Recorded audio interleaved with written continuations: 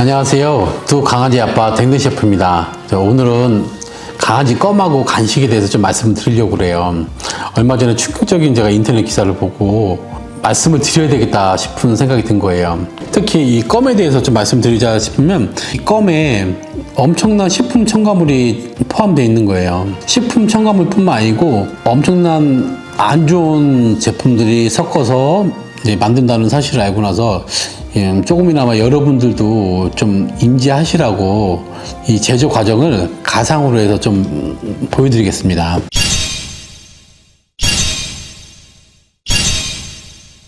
소 가죽으로 만들거든요.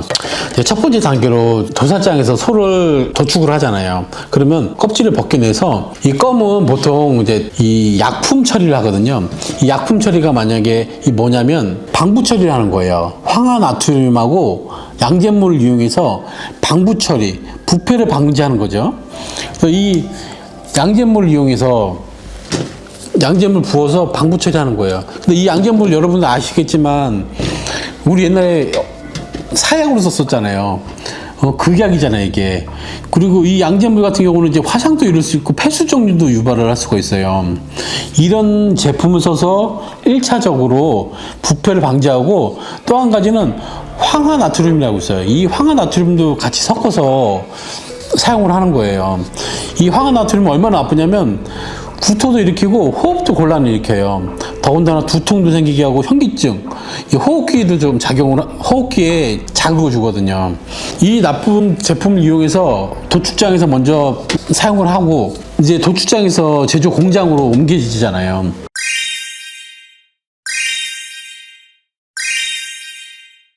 이 소가죽 같은 경우 제조 공장을 옮겨지면서 이제 과산화수소하고 표백제로 또 이 독한 약품을 써갖고 표백을 시켜내주는 거예요.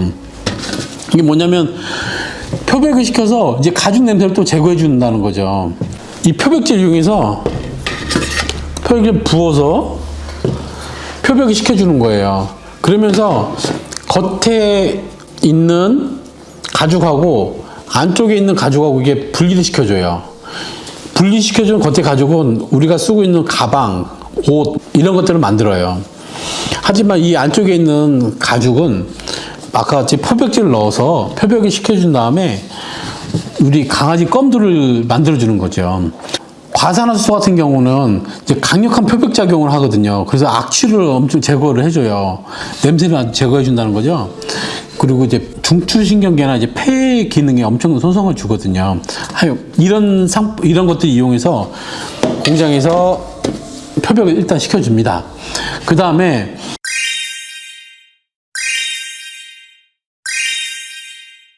표백을 시켜주면 이게 종이같이 이렇게 얇아져요.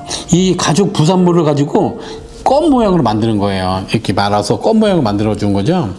우리가 천연 개껌 막 이러잖아요. 이 단계에서 뭐냐면 적색, 황색, 뭐 백색 이런 식으로 인공색소로 코팅을 시켜주는 거예요.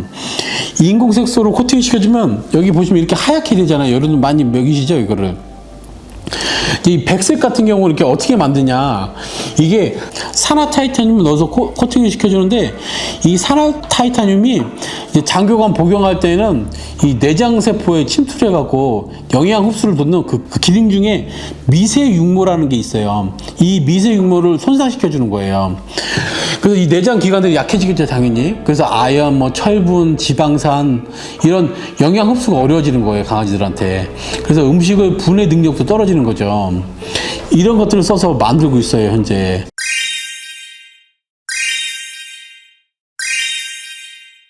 그리고 마지막으로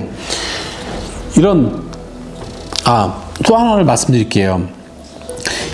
이렇게 모양을 내서 만들었잖아요. 여기 보시면 고기 같은 게 이렇게 붙어 있죠. 이 고기를 붙이는데 뭘 사용하겠어요? 이 독한 본드 있죠. 이게 독성 본드. 이런 것들을 사용해서 붙여주는 거예요. 이렇게 말아서 붙여주고 이거를 말리는 거죠. 건조시키면 이런 형태로 나오는 거예요. 이 본드가 우리 사람들도 많이 접해요. 일상적으로. 뭐냐면 뭐 갈비탕 먹을 때 갈비에 붙어 있는 뼈라든가 살이라든가 아니면 LA갈비 이런 것들을 살하고 뼈를 붙이는 데 쓰이는데 사람들은 보통 그래도 식용 본드라는 걸 써요. 식용 적합제라 그러거든요. 하지만 강아지들한테는 이런 독성본들을 사용하잖아요. 이게 얼마나 안 좋겠어요, 몸에, 강아지들 몸에. 이렇게 해서 만든 게 이 껌입니다. 마지막 단계에서 이 껌을 방부 처리하는 거예요. 썩지 않고 영원히 팔릴 수 있도록 독한 방부제로 해갖고 처리를 하는 거죠. 방부제를 이렇게 부어서 이 방부 처리해서 영원히 썩지 않도록 만드는 거예요. 우리 사람들은 그래도 사람들이 쓰는 방부제는 어느 정도 기준치가 있잖아요. 근데 강아지들한테 쓰는 거는 그 기준치가 규정이 거의 없는 것 같더라고요.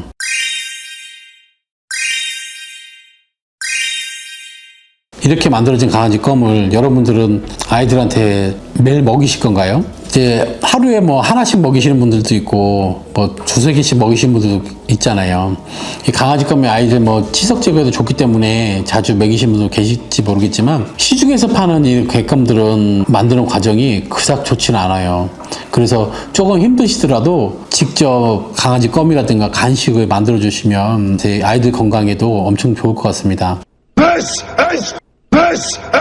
보시면 그 뒤에 그 성분 재료 사용 원료 이렇게 있어요. 이렇게 한번 보세요. 거기 보시면 저도 이게 하나 사와서 이제 보여드리려고 이제 어떤 특정 제품이 있기 때문에 보여드리긴 뭐하지만 제가 말씀을 좀 드릴게요. 여기 같은 경우 사용 원료가 소가죽, 닭고기, 식물성 글리세린, 에리소르빈산 나트륨 이 정도까지밖에 없어요. 다른 거는 써있는 게 없어요. 뭐 사료 명칭 뭐 이런 부분에서 혼합성 단미 사료 사용 원료에 대해서 정확하게 명시되어 있지가 않아요. 이런 껌뿐만 아니고 간식 같은 경우는 간식도 마찬가지예요. 뒤에 보시면 이게 도대체 뭘로 만들었는지 알 수가 없어요.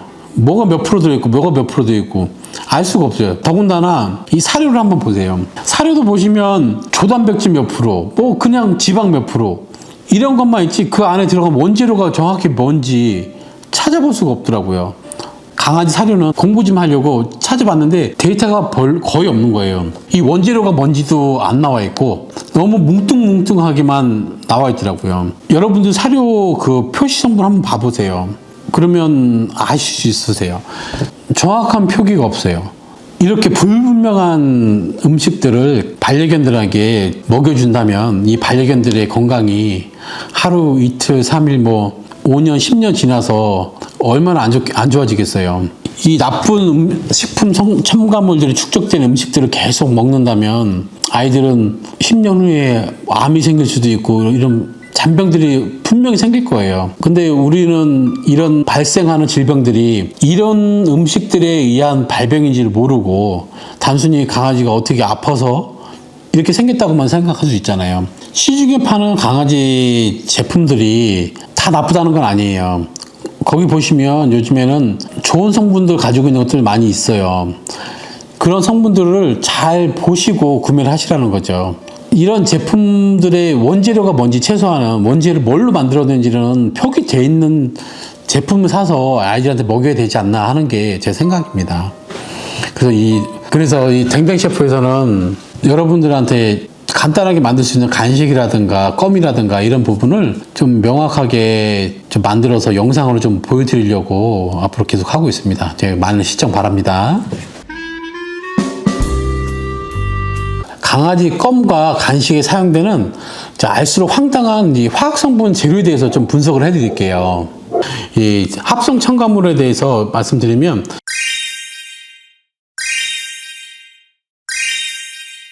이 합성 첨가물은 이제 맛이나 이제 유통기한을 좀 늘리려고 이제 그러니까 보존기한을 늘리는 거죠. 이렇게 해서 첨가물을 넣는데 대표적으로 이제 인산염 같은 게 있어요. 그리고 글리세린 지방산 에스테르라는 게 있고 디소르비틀 뭐 이런 것들이 있어요. 말이 어렵죠. 이 인산염 같은 경우는 특히 이제 치아를 보호하는 이제 에나멜층 같은 게 강아지의 치아를 보호하는 그 에나멜층을 손상을 시켜줘요. 그래서 강아지 충치가 생기잖아요. 이 인산염 때문에 충치가 생기는 거예요. 그리고 철분, 아연, 칼슘 등의 손실을 일으켜갖고 애들이 이제 빈혈도 생기고 골다공증도 생기고 이런 원인이 되는 거죠. 이 독성 이 인산염을 이용해서 독성 테스트를 해봤거든요. 쥐로 테스트를 해봤는데 쥐의 위하고 십이지장, 창자, 신장이 다 손상이 됐고 닭 같은 경우는 이제 그 배아에서 기형알을 이제 유발을 시키고 이제 토끼 같은 경우는 이제 각막까지 손상이 됐더라고요 보니까. 그러니까 이 인산염이 얼마나 강한지 이제 아시겠죠.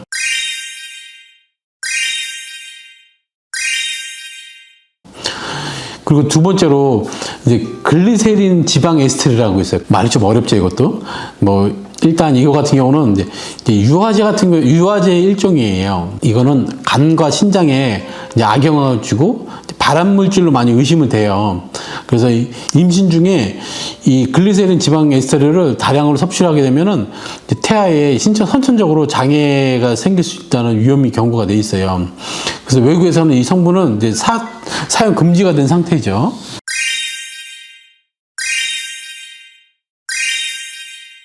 그리고 세 번째로 이제 디소르비틀. 이거 같은 경우는 복통도 일으키고 만성 설사 증상도 일으키고 기능성 장질환, 뭐 엄청 부작용이 많아요. 그러니까 다 말이 조금씩 어렵죠. 기본적으로 다 안 좋다는 얘기예요. 보면은 좋은 게 없어요. 이런 것들을 이용해서 강아지 껌을 이용해서 만드는 거죠. 첨가물로 들어가는 거예요.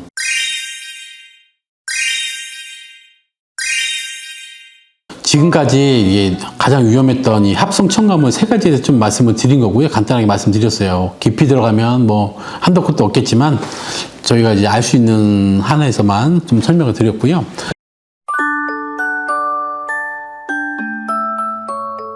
그 다음으로 이제 100% 식품 원료라는 게 있죠. 식품 원료는 이제 사람이 먹을 수 있는 식재료인데 강아지들이라든가 강아지들한테 만드는 이런 원재료는 이제 그런 것들이 아니고 그 원료의 껍질이나 뼈, 이제 박류들을 이제 그런 부산물들이에요.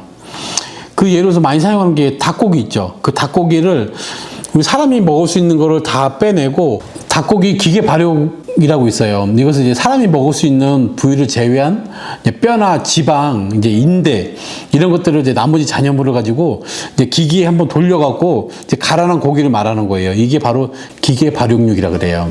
이 강아지 가공업체 쪽에는 속칭 이제 걸레라고 이제 말을 해요. 이제 잡고기보다도 오히려 더 싼 것들을 반려동물 제품에 이제 사용하는 것이죠.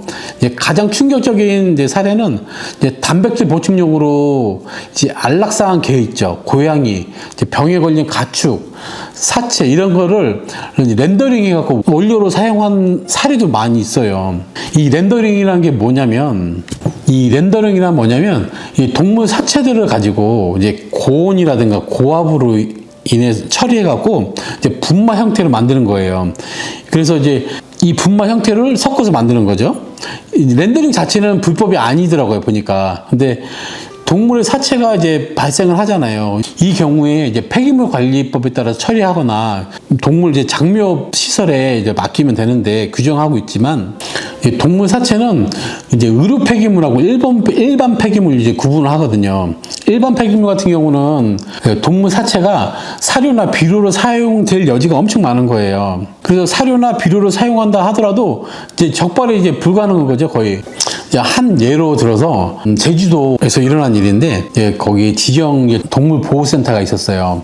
거기서 이제 9개월간 3,829마리 이 사체를 렌더링 업체에 위탁해 갖고 사료하고 원료를 만들어서 썼던 거예요. 엄청 명백히 뭐 사료관리법이라든가 비료관리법 위반인 것이죠. 이런 거 보면 법적으로도 문제가 아직도 많은 것이죠. 뭐 탁상행정이 되지 않을까요, 여러분? 탁상행정 때문에 이러한 현상이 일어나지 않을까 싶습니다.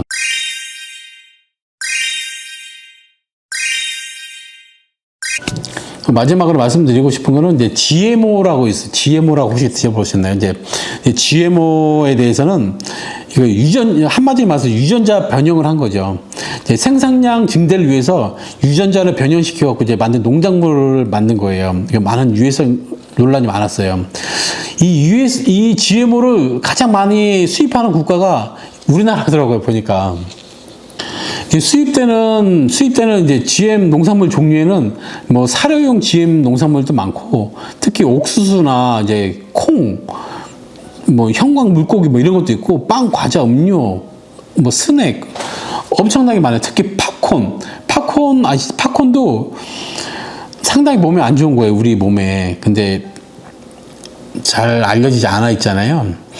특히 또 한 가지는 이제 콩류도 콩기름 제조에 많이 쓰거든요. 이런 GM 제품들을 쥐한테 이제 실험을 또 해본 것도 많이 있어요. 그 중에서 이제 옥수수와 감자를 이제 먹인 결과 이제 정말 충격적으로 종양도 생기고 면역 기능 저하도 생기고 뇌에도 수축이 되는 거예요. 뇌가 이제 수축이 된다는 거죠. 그리고 장기적으로는 이제 장기가 손상이 돼요. 그리고 알레르기 같은 이제 부작용이 생기는 거죠. 이런 게 이게 반려견뿐만 아니라 이제 사람들에게도 정말 치명적인 성분이거든요. 그래서 난 GMO, NON, GMO 이런 것들이 이렇게 써 있는 거라든가 아니면 GMO 프리라는 거 이런 표시가 있는 제품을 사야 되는 거예요.